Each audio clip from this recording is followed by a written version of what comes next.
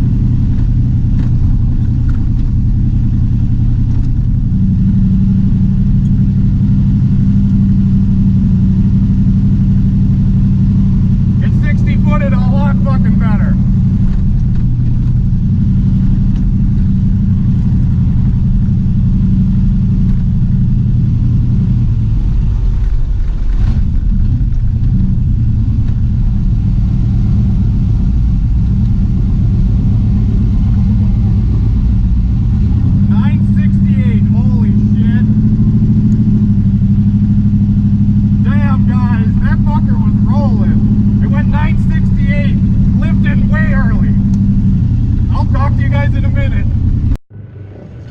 Alrighty guys, so we just made our first pass in the Mustang now with the new setup. Literally guessed on the fucking tune-up, and the bitch goes my personal best in this car was a 968 or 962, something like that, and it literally just went 968 lifting at the 1,000 foot. So here's the slip, guys. They went 147 to the 60 foot, which is pretty good, but the shock was a little bit too loose. I think we're gonna try to tighten the shocks up a little bit. Now we can finally tune the shocks because we can put power to the damn ground. Before we were worried about making power, and now it's like making power no problem. So 4.0 to the 330, 621 to the 8th at 115. So that was about 18 pounds of boost and 1050 air fuel ratio. So this turbo is definitely working good. I'm going to maybe put 200 RPM of two-step in it, and we're going to do a little shock change, and then we're going to go try it again.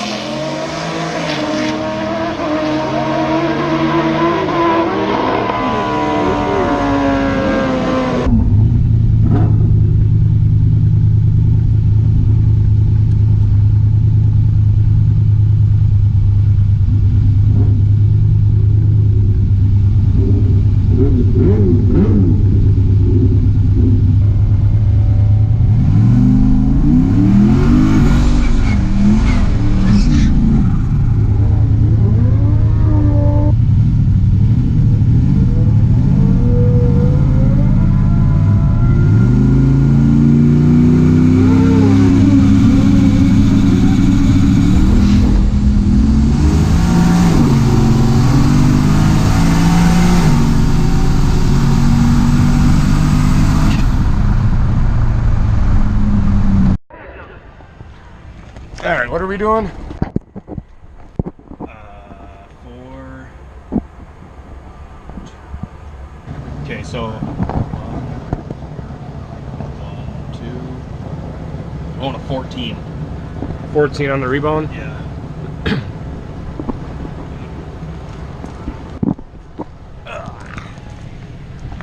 Tighten it up a little, guys.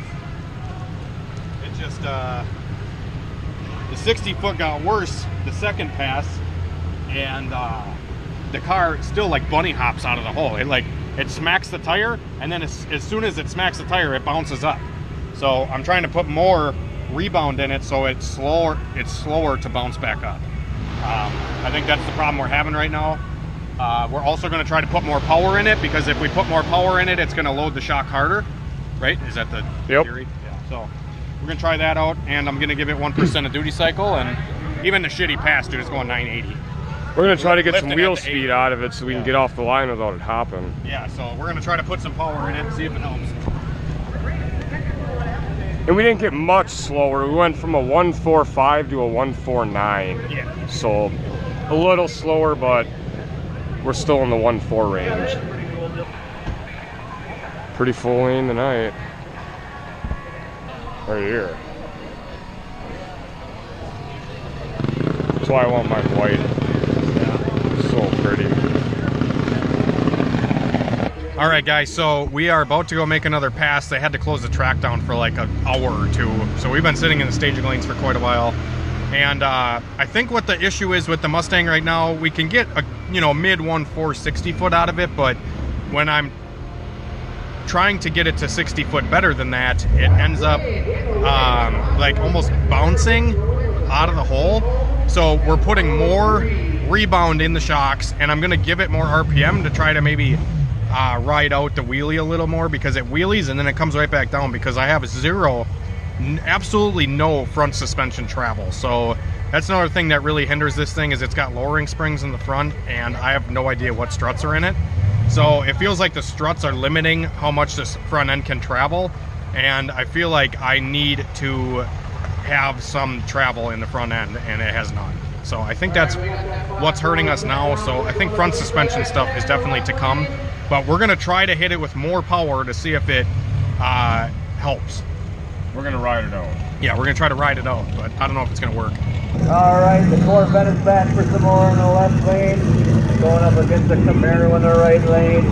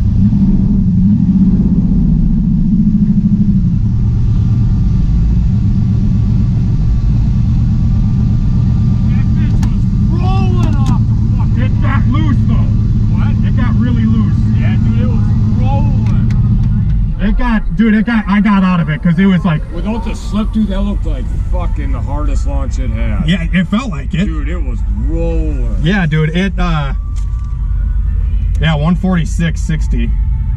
It fucking, dude, it looked mean.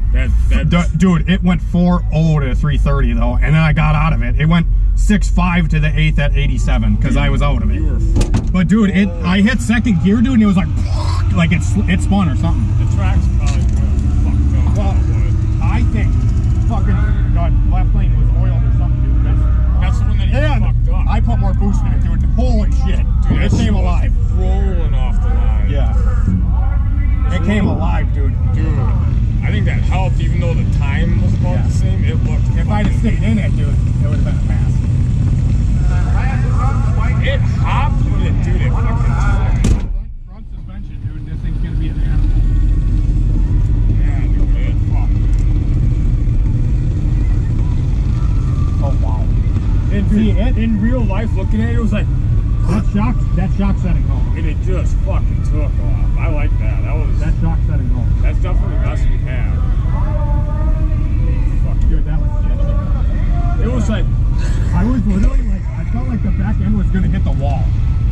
how bad it was. And then I got out of it and I pedaled it and it did the same thing. And I'm like, yeah, no sense in staying in it. No. Unless I'm leaking something, but that bitch was rolling. I didn't see any, you know, weird smoke. No, I ain't got no oil. All right, guys, so we are back from the track. Me and Jake went up there, ran the Mustang a few times, got some data on the car, and let me just tell you guys, I am very, very happy with the new turbo. The shocks are working good. The anti-roll bar definitely did help a little bit because the car was no longer squatting to one side. It was just going straight. Like, even when I launched the car, it just felt like it went straight, and it didn't, like, you know, twist on the line. You could definitely feel it in the car that it wasn't doing that anymore. And the car just worked really well. The last pass of the night got a little sketchy because I did turn the boost up. It was on 18 pounds on the first two passes that I made, and then the third pass I gave it a little bit more RPM on the line because I wanted to see if it would you know, help the 60 foot or if it would make it worse or what would happen. And it definitely stuck a little bit better, but I think we're limited somewhere else in the suspension. I don't think it's with the anti-roll. I don't think it's with shocks. I don't think anything like that, because the old 7875 did the exact same thing. When I tried to leave on a lot of power, it would do the same kind of thing where it would almost bounce on the line. It would like hop out of the hole. So we tried adding a lot of rebound to the shocks to kind of slow down the bounce, to get it to, like, you know, plant down and then stay there for a second before it rebounded back up. That's usually when you add more rebound into the shock, it's actually going to make the rebound come in slower so it doesn't spring back up as easily. So that's what the goal was on that last pass. And I think I put too much rebound in it because it hunkered down and it stayed there. And on top of that, I put more power in the car, and the track was like foggy and humid, and I think the track had a thin layer of like mist on it maybe, because I grabbed second gear and that fucking thing was just like, whoop. It was all over the place. And it picked up a shitload of power going from like 18 pounds to like 22 pounds. Crazy awesome. But unfortunately I just aborted that pass because the car got hairy and I don't stay in it if it's hairy. So I got out of it, did the smart thing, and just coasted the rest of the way down the pass. But anyways, guys, the 60 foots were all in the 1.4s. Every single pass that I made tonight was a 1.4 60 foot. The best 60 foot was a 146. So it wasn't that great. And like I said, if I could get the car to not bounce on the line and get more front suspension travel out of the front suspension, I think it would help me a lot, because what's happening right now is the car is putting the power back to the ground and it's lifting the whole front of the car up. It's not like able to transfer suspension weight. If you guys look at like slow-mo videos of the car,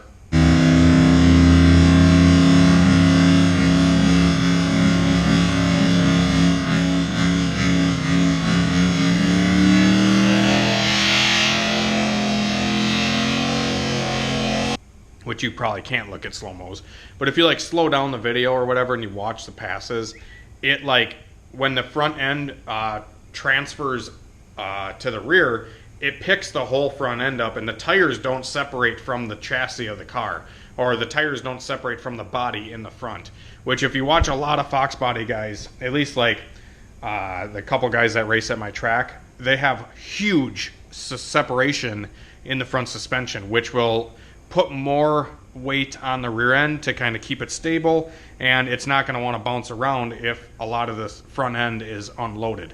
But since the front end was so tight on my car, it's almost like I had limiting straps in it, because it would maybe separate an inch, if that, in the front. So it was acting, like I said, it was acting like it has limiting straps in it, and it just doesn't work. So it's keeping the car from wheeling, which I want to do. I want to pull a good wheelie this year. I want to wheelie the car and carry it out. So I think I need a little bit more travel in the front suspension, like I said, get that weight over the rear. You know, I could probably dial it in with the front suspension that I have, but It just seems like it's too tight in the front end, or too, something is just off in the front suspension, and I'm not sure exactly what it is. If anybody wants to give some advice, feel free. I'm always down to listen to comments and stuff like that, because I'm not really a suspension tuning expert by any means. I know how to make a motor run good, and the turbo lights off on the trans brake way faster. It does a burnout like instantly, and it just sounds so much happier. The car just sounds way pissed off, just makes good power, and goes the same ET and mile an hour to the 8th as the 80 millimeter did.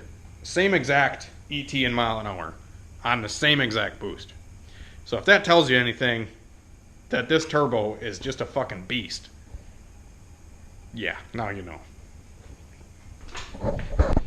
So anyways, here's some of the passes. This one went a 149 60 foot, 6.3 to the 8th. This pass was the slowest of the day because I don't know what was going on with it, but it was just like slow this pass. For some reason, I don't know what was going on. I kind of hot lapped it, so that might have been a reason why it was a little slow, that pass. But the first pass of the day was actually the fastest pass of the day. It did 147 to the 60, 6.2 to the 8th at 115, and went 9.6 out the back on the brakes. So, yeah. And then the last pass of the night went 4.0 to the 330, 146, 60 foot. So this was the best 60 foot of the day right here. And I gave it more RPM, and we played with the shocks a little bit. So it did pick up in the 60 foot, but not as much as I would have wanted. So anyways, this was a good pass, like really good pass. It would have just rolled out the back door. I guarantee it, because it had a lot of boost in it, and I could tell. But the track couldn't hold it. It was late at night, and it was just damp. The track was damp, so whatever. We're going to go back next week. I might try to find some springs and some shocks and change around the front suspension a little bit, and maybe put a different rear spring in the car as well. And we're going to go out, hit it again, and hopefully get a 1.3 60 foot, because that is my goal. If I can get a 1.3 60 foot with this car, then I'm going to pour the power in, and then I'm going to run it all the way out the quarter.